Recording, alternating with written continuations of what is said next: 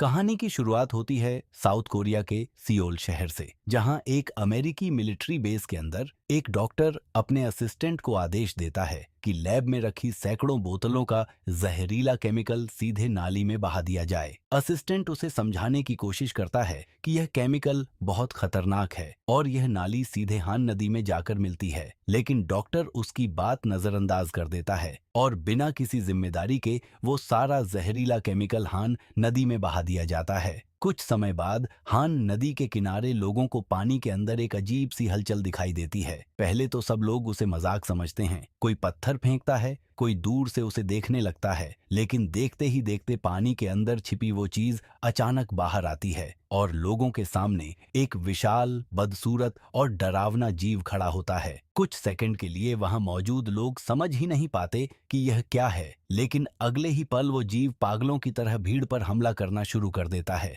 पूरा नदी किनारा चीखों से गूंज उठता है और वो राक्षस बिना रुके लोगों को पकड़ पकड़ कर मारता हुआ आगे बढ़ता रहता है। इसी अफरा तफरी के बीच कुछ लोग भागकर एक कंटेनर जैसे कमरे में छिप जाते हैं और डर के मारे अंदर से दरवाजा बंद कर लेते हैं, लेकिन एक औरत बाहर ही छूट जाती है। राक्षस धीरे धीरे उसकी तरफ बढ़ने लगता है। औरत डर के मारे पीछे हटती है, लेकिन उसके पास बचने का कोई रास्ता नहीं होता। आखिरी पल में वो सीढ़ियों से नीचे कूदकर अपनी जान बचा लेती है, लेकिन तभी उसे याद आता है कि उसका छोटा बेटा अभी भी उसी कंटेनर के अंदर फंसा हुआ है। अंदर मौजूद लोग मदद के लिए चीख रहे होते हैं, क्योंकि कंटेनर का दूसरा दरवाजा जंजीरों से बंद होता है और बाहर वो औरत रोते हुए गैंगडू से मदद की भीख मांगती है। गैंगडू पहले से ही डरा हुआ होता है, लेकिन बच्चे की बात सुनकर वो हिम्मत जुटाता है। उसके साथ एक विदेशी आदमी भी मदद के लिए आगे आता है। दोनों पूरी ताकत से जंजीर तोड़ने की कोशिश करते हैं। काफी मशक्कत के बाद वो दरवाजा खोलने में कामयाब हो जाते हैं और अंदर फंसे लोगों को बाहर निकालते हैं, लेकिन राक्षस अभी भी वहीं मौजूद होता है। विदेशी आदमी गुस्से में जमीन से पत्थर उठाकर उस राक्षस पर फेंकता है, लेकिन उस दैत्य पर उसका कोई असर नहीं होता। फिर गैंगडू और बाकी लोग मिलकर एक बड़ा सा लोहे का खंभा उठाते हैं और पूरी ताकत से उस पर हमला करते हैं। इस बार राक्षस बुरी तरह भड़क जाता है और सीधे उनकी तरफ दौड़ पड़ता है। गैंगडू किसी तरह एक कार के नीचे घुसकर अपनी जान बचा लेता है, लेकिन विदेशी आदमी उसकी चपेट में आ जाता है। गैंगडू डर के बावजूद हार नहीं मानता। वो फिर से हिम्मत करके बाहर निकलता है और राक्षस की पूंछ पर जोरदार हमला कर देता है। दर्द से तड़पता हुआ राक्षस अब गैंगडू के पीछे पड़ जाता है। चारों तरफ भगदड़ मची होती है, लोग चीख रहे होते हैं और इसी बीच गैंगडू अपनी बेटी ह्यूनसो को लेकर वहां से भागने की कोशिश करता है। जल्दबाजी में दोनों जमीन पर गिर जाते हैं। गैंगडू तुरंत उठता है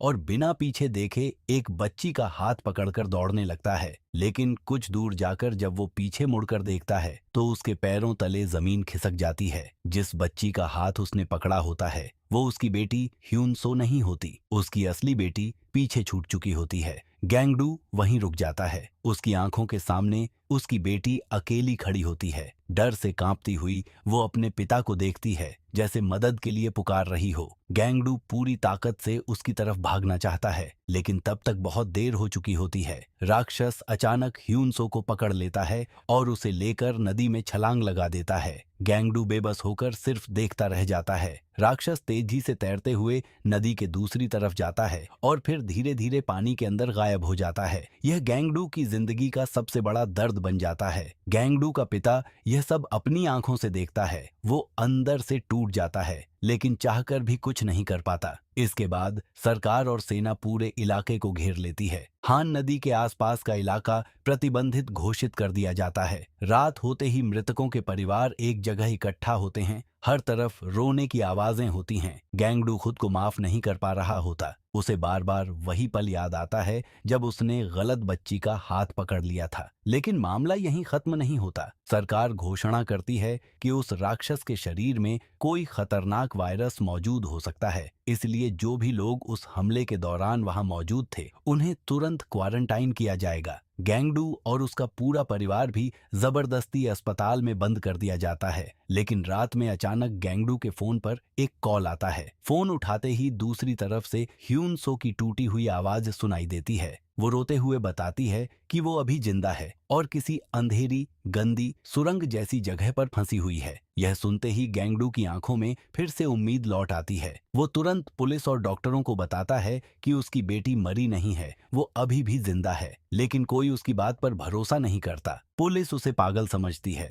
डॉक्टर सोचते हैं कि वायरस के डर और सदमे की वजह से गैंगडू भ्रम में है। यहाँ गैंगडू को समझ आ जाता है कि अगर वो सिस्टम के भरोसे बैठा रहा तो उसकी बेटी सच में मर जाएगी। जब कोई उसकी मदद नहीं करता तब गैंगडू और उसका परिवार फैसला करते हैं कि अब ह्यूनसो को वो खुद बचाएंगे। वो अस्पताल से भाग निकलते हैं। गैंगडू के पिता अपनी पूरी जमा पूंजी निकालते हैं और ब्लैक मार्केट से हथियार, गाड़ी, प्रोटेक्टिव सूट्स और सर्च का सामान खरीदते हैं। अब यह परिवार गवर्नमेंट की नजर में मरीज नहीं बल्कि फरार अपराधी बन चुका होता है। इसके बाद वो खुद को सैनिटेशन वर्कर्स की तरह डिस्गाइजेस करते हैं। चेहरे पर मास्क, शरीर पर प्रोटेक्टिव सूट और हाथों में इक्विपमेंट लेकर वो कई सिक्योरिटी चेक पॉइंट्स पार करते हैं। अब उनकी सर्च शुरू होती है। हान रिवर के आसपास मौजूद हर सीवर, हर टनल और हर अंधेरी जगह में, क्योंकि ह्यूनसो ने फोन पर बस इतना बताया था कि वो किसी गहरी, गंदी और अंधेरी सुरंग जैसी जगह में फंसी है। पर दिक्कत यह थी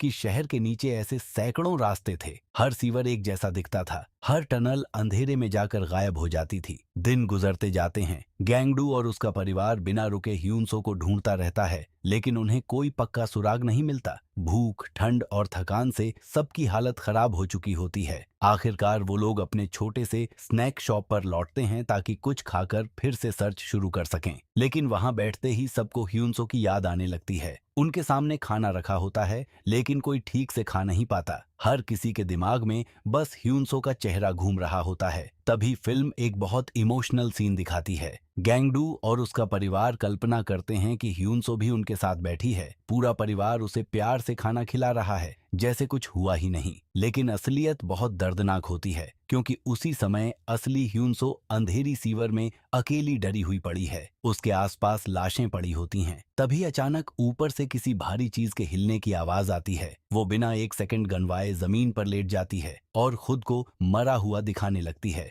डर से उसकी सांसें तक थम जाती हैं। राक्षस धीरे धीरे अंदर आता है। उसके मुंह से गंदा पानी टपक रहा होता है और वो अपने साथ एक नया शिकार भी लेकर आता है। लेकिन इस बार किस्मत से वो शिकार पूरी तरह मरा नहीं होता। एक छोटा लड़का अभी भी जिंदा बचा होता है। जैसे ही मॉन्स्टर वहां से जाता है, ह्यूनसो तुरंत उस लड़के के पास जाती है और उसकी हालत देखने लगती है। लड़का बहुत डरा हुआ और कमजोर होता है, मगर तभी फिर से आवाज आने लगती है। मॉन्स्टर शायद कुछ भूलकर वापस लौट रहा होता है। ह्यूनसो घबराकर तुरंत उस बच्चे को अपनी बाहों में लेती है और उसके साथ जमीन पर लेट जाती है। दोनों बिल्कुल बिना हिले डुले पड़े रहते हैं। राक्षस उनके बेहद करीब आकर उन्हें सूंघता है। ऐसा लगता है जैसे वो किसी भी पल उन्हें पकड़ लेगा। ह्यूनसो अपनी सांस तक रोक लेती है। राक्षस उन्हें मरा हुआ समझकर वहां से चला जाता है। दूसरी तरफ गैंगडू का परिवार अभी भी उसी मॉन्स्टर की तलाश में लगा होता है। इसी दौरान गैंगडू के पिता अपने छोटे से स्टोर के अंदर बैठे होते हैं। तभी उन्हें दरवाजे की दरार से बाहर कुछ अजीब दिखाई देता है। बाहर वही मॉन्स्टर खड़ा होता है। बूढ़े पार्क धीरे धीरे अपनी बंदूक उठाते हैं, दरवाजे की दरार से निशाना साधते हैं और अगले ही पल गोली चलती है। गोली लगते ही राक्षस दर्द से तिलमिला उठता है। गुस्से में पागल होकर वो पूरी ताकत से स्टोर पर हमला करता है और देखते ही देखते पूरा स्टोर तहस नहस हो जाता है। अराजकता के बीच बूढ़े पार्क फिर से मौका देखकर गोली चलाते हैं। इस बार मॉन्स्टर पीछे हट जाता है। जब पूरा परिवार बाहर निकलता है तो वो देखते हैं कि मॉन्स्टर जमीन पर पड़ा हुआ है। कुछ पल के लिए सबको लगता है कि शायद वो मर चुका है, लेकिन गैंगडू का भाई नामिल गुस्से में आकर उस पर एक और गोली चला देता है और अगले ही पल सबके होश उड़ जाते हैं। राक्षस अचानक उठता है और वहां से भागने लगता है। अब पूरा परिवार उस भागते हुए मॉन्स्टर के पीछे दौड़ पड़ता है, लेकिन गोलीबारी की आवाज सुनकर पुलिस और सैनिक भी वहां पहुंचने लगते हैं। परिवार के पास समय बहुत कम होता है। इधर पुलिस उन्हें पकड़ने आ रही होती है, उधर मॉन्स्टर दोबारा नदी की तरफ भाग जाता है। राक्षस इसी मौके का फायदा उठाकर वापस हान रिवर में छलांग लगा देता है। तभी बूढ़े पार्क बच्चों से कहते हैं कि तुम लोग भाग जाओ। वो जानते हैं कि पुलिस भी आ रही है, इसलिए वो खुद पीछे रुककर मॉन्स्टर का सामना करने का फैसला करते हैं। वो गैंगडू की बंदूक अपने हाथ में लेते हैं और नदी किनारे खड़े होकर मॉन्स्टर का इंतजार करने लगते हैं। कुछ ही पल बाद मॉन्स्टर पानी से बाहर निकलता है और धीरे धीरे उनकी तरफ बढ़ने लगता है, लेकिन जैसे ही वो गोली चलाने की कोशिश करते हैं उन्हें एहसास होता है कि बंदूक खाली है और यही छोटी सी गलती बूढ़े पार्क की जिंदगी ले लेती है। अपने पिता को इस हालत में देखकर गैंगडू पूरी तरह टूट जाता है। उसके अंदर गिल्ट, गुस्सा और बेबसी सब एक साथ फट पड़ते हैं, लेकिन पुलिस तेजी से पास आ रही होती है। इसीलिए गैंगडू अपने भाई नाम इल और बहन नामजू से कहता है कि वो लोग ह्यून सो की तलाश जारी रखें। वो खुद अपने पिता के पास रुक जाता है। गैंगडू अपने पिता के चेहरे पर अखबार डालता है। वो वहां से जाना चाहता है, लेकिन अपने पिता को ऐसे छोड़कर जाने की हिम्मत नहीं जुटा पाता। आखिरकार पुलिस वहां पहुंच जाती है और गैंगडू को पकड़ लेती है। दूसरी तरफ नाम इल और नामजू अब अकेले ह्यूनसो को ढूंढने की कोशिश करते हैं। तभी नाम इल को अपने कॉलेज के एक पुराने दोस्त की याद आती है जो टेलीकॉम कंपनी में काम करता है। नाम इल को उम्मीद होती है कि अगर ह्यूनसो के फोन की लोकेशन ट्रेस हो जाए तो वो उसकी सही जगह तक पहुंच सकते हैं। वो अपने दोस्त से मदद मांगता है। दोस्त पहले उसकी मदद करने के लिए तैयार हो जाता है। दोनों रात के अंधेरे में टेलीकॉम कंपनी के अंदर घुसते हैं, लेकिन सिस्टम खोलने के लिए मैनेजर का पासवर्ड चाहिए होता है। नामिल का दोस्त पासवर्ड लेने ऑफिस के अंदर जाता है, लेकिन वहां पहले से पुलिस छिपी बैठी होती है। असल में उसके दोस्त ने रिवॉर्ड मनी के लालच में उसे धोखा दे दिया होता है। नामिल बाहर इंतजार करता रहता है, लेकिन उसे धीरे धीरे शक होने लगता है। तभी उसकी नजर पास रखे एक इलेक्ट्रॉनिक डिवाइस पर जाती है। वो बिना समय गंवाए अंदाजे से पासवर्ड डालने की कोशिश करता है और हैरानी की बात यह होती है कि सिस्टम खुल जाता है। आखिरकार नामिल ह्यूनसो के फोन की लोकेशन निकाल लेता है। अब उसे पता चल जाता है कि ह्यूनसो किस तरफ फंसी हुई है, लेकिन तभी पुलिस उसे चारों तरफ से घेर लेती है। नामिल घबराता नहीं, वो तुरंत दिमाग लगाता है और बिजली का शॉर्ट सर्किट कर देता है। पूरे कमरे की लाइट्स बंद हो जाती हैं और अंधेरा फैल जाता है। इसी मौके का फायदा उठाकर नाम इल वहां से भाग निकलता है। जाते जाते वो अपने दोस्त को देखता है, वही दोस्त जिसने पहले उसे धोखा दिया था, लेकिन अब चुपचाप उसे भागने का इशारा करता है। नामिल किसी तरह पुलिस से बचकर बाहर निकलता है और पुल से नीचे कूद जाता है। वो बुरी तरह घायल हो जाता है, लेकिन बेहोश होने से पहले ह्यूनसो की लोकेशन अपने भाई बहन को भेज देता है। उधर नामजू पूरी रात पुल के नीचे छिपकर बिताती है। वो खुद भी पुलिस से बच रही होती है, लेकिन उसकी आंखों में अब भी एक ही मकसद होता है, किसी तरह ह्यूनसो तक पहुंचना। अगले दिन वो छिपते छिपाते एक छोटी दुकान में जाती है। वहां कुछ खाती है, थोड़ा खुद को संभालती है और अपना बंद पड़ा फोन चार्ज करती है। जैसे ही फोन चालू होता है, उसे नामिल का भेजा हुआ मैसेज मिल जाता है, जिसमें ह्यूनसो की लोकेशन होती है। अब नामजू को पता चल जाता है कि उसे कहां जाना है। वो बिना देर किए तुरंत उस जगह की तरफ निकल पड़ती है। काफी लंबा सफर तय करने के बाद नामजू पुराने ब्रिज के पास पहुंचती है। चारों तरफ सुनसान माहौल होता है, नीचे गंदा पानी बह रहा होता है और आसपास वही अंधेरी सीवर टनल्स फैली होती हैं। नामजू धीरे धीरे आगे बढ़ती है। उसके हाथ में उसका धनुष होता है, लेकिन तभी अचानक उसके सामने वही मॉन्स्टर आ जाता है। नामजू तुरंत अपना धनुष निकालकर निशाना साधने की कोशिश करती है, लेकिन इससे पहले कि वो तीर चला पाती, मॉन्स्टर बिजली जैसी रफ्तार से उस पर हमला कर देता है। टक्कर इतनी तेज होती है कि नामजू पास के एक गहरे गड्ढे में जा गिरती है। कुछ पल के लिए ऐसा लगता है कि अब उसकी जान नहीं बचेगी, लेकिन किस्मत से वो गड्ढा इतना संकरा होता है कि मॉन्स्टर उसके अंदर नहीं पहुंच पाता। नामजू बेहोश हो जाती है, लेकिन उसकी जान बच जाती है। दूसरी तरफ गैंगडू को भी आखिरकार ह्यूनसो की लोकेशन का पता चल जाता है, लेकिन हॉस्पिटल में डॉक्टर्स उसकी किसी बात पर भरोसा नहीं करते। उन्हें लगता है कि गैंगडू पर वायरस का असर उसके दिमाग तक पहुंच चुका है और वो हेलुसिनेशन में अपनी मरी हुई बेटी को जिंदा समझ रहा है। डॉक्टर्स गैंगडू का जबरदस्ती ऑपरेशन करने की तैयारी करने लगते हैं ताकि उसके दिमाग से सैंपल निकालकर वायरस की जांच कर सकें। गैंगडू किसी तरह हॉस्पिटल स्टाफ को काबू में करता है, वहां से निकलता है और सीधे ह्यूनसो की लोकेशन की तरफ दौड़ पड़ता है। उधर नामिल को एक बेघर आदमी बचाता है। पहले तो नामिल बहुत कमजोर और घायल होता है, लेकिन जब उसे होश आता है तो वो उस आदमी को सब कुछ बताता है। वो बेघर आदमी भी उसकी मदद करने के लिए तैयार हो जाता है। दोनों मिलकर पेट्रोल बम बनाते हैं ताकि मॉन्स्टर से लड़ने का कोई तरीका उनके पास हो। फिर वो भी तुरंत ब्रिज की तरफ निकल पड़ते हैं। अब कैमरा फिर से ह्यूनसो की तरफ जाता है। ह्यूनसो और वो छोटा लड़का दोनों बहुत ज्यादा कमजोर हो चुके होते हैं। ह्यूनसो समझ जाती है कि अब सिर्फ इंतजार करने से कुछ नहीं होगा। अगर उसे बचना है तो उसे खुद रास्ता बनाना पड़ेगा। वो आसपास पड़े कपड़ों को इकट्ठा करती है और उन्हें आपस में बांधकर एक लंबी रस्सी जैसी चीज बनाती है। फिर वो उसे ऊपर लगी लोहे की ग्रिल तक फेंकने की कोशिश करती है।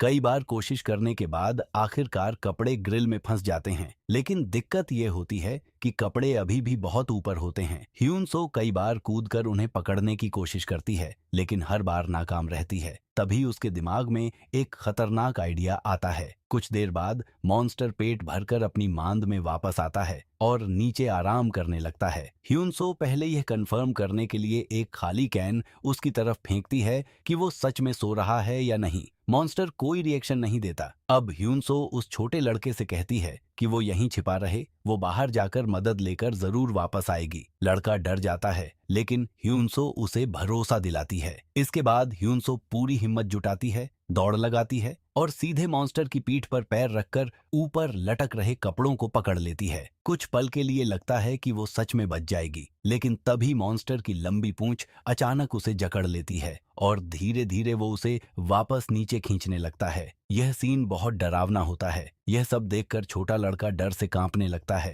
ह्यूनसो खुद खतरे में होती है, लेकिन फिर भी वो उस बच्चे को बचाने के लिए वापस उसकी तरफ भागती है, उसे छिपाने और बचाने की कोशिश करती है। लेकिन तभी मॉन्स्टर उसे दोबारा पकड़ लेता है। अब ह्यूनसो की हालत बहुत कमजोर हो चुकी होती है। इसी बीच बाहर सरकार फैसला करती है कि अब इस मॉन्स्टर को खत्म करने के लिए कोई बड़ा कदम उठाना पड़ेगा। लेकिन सरकार का तरीका फिर से खतरनाक होता है। वो हान रिवर के पास एक खतरनाक बायोकेमिकल वेपन छोड़ने की तैयारी करते हैं, जिसे वो वायरस और मॉन्स्टर को रोकने का आखिरी समाधान बताते हैं। लेकिन अब लोगों को गवर्नमेंट की बातों पर भरोसा नहीं होता। इसी वजह से हजारों लोग सड़कों पर उतर आते हैं। हान रिवर के किनारे बड़े बड़े प्रोटेस्ट शुरू हो जाते हैं। लोग सरकार के खिलाफ नारे लगाने लगते हैं। इसी बीच नदी के अंदर छिपा बैठा मॉन्स्टर अगले ही पल तेज रफ्तार से भीड़ की तरफ बढ़ने लगता है। भीड़ में भगदड़ मच जाती है, लेकिन तभी मॉन्स्टर अचानक तड़पने लगता है। सरकार द्वारा छोड़ा गया केमिकल उसके शरीर को जलाने लगता है। वो दर्द से पागलों की तरह छटपटाने लगता है। इसी मौके का फायदा उठाकर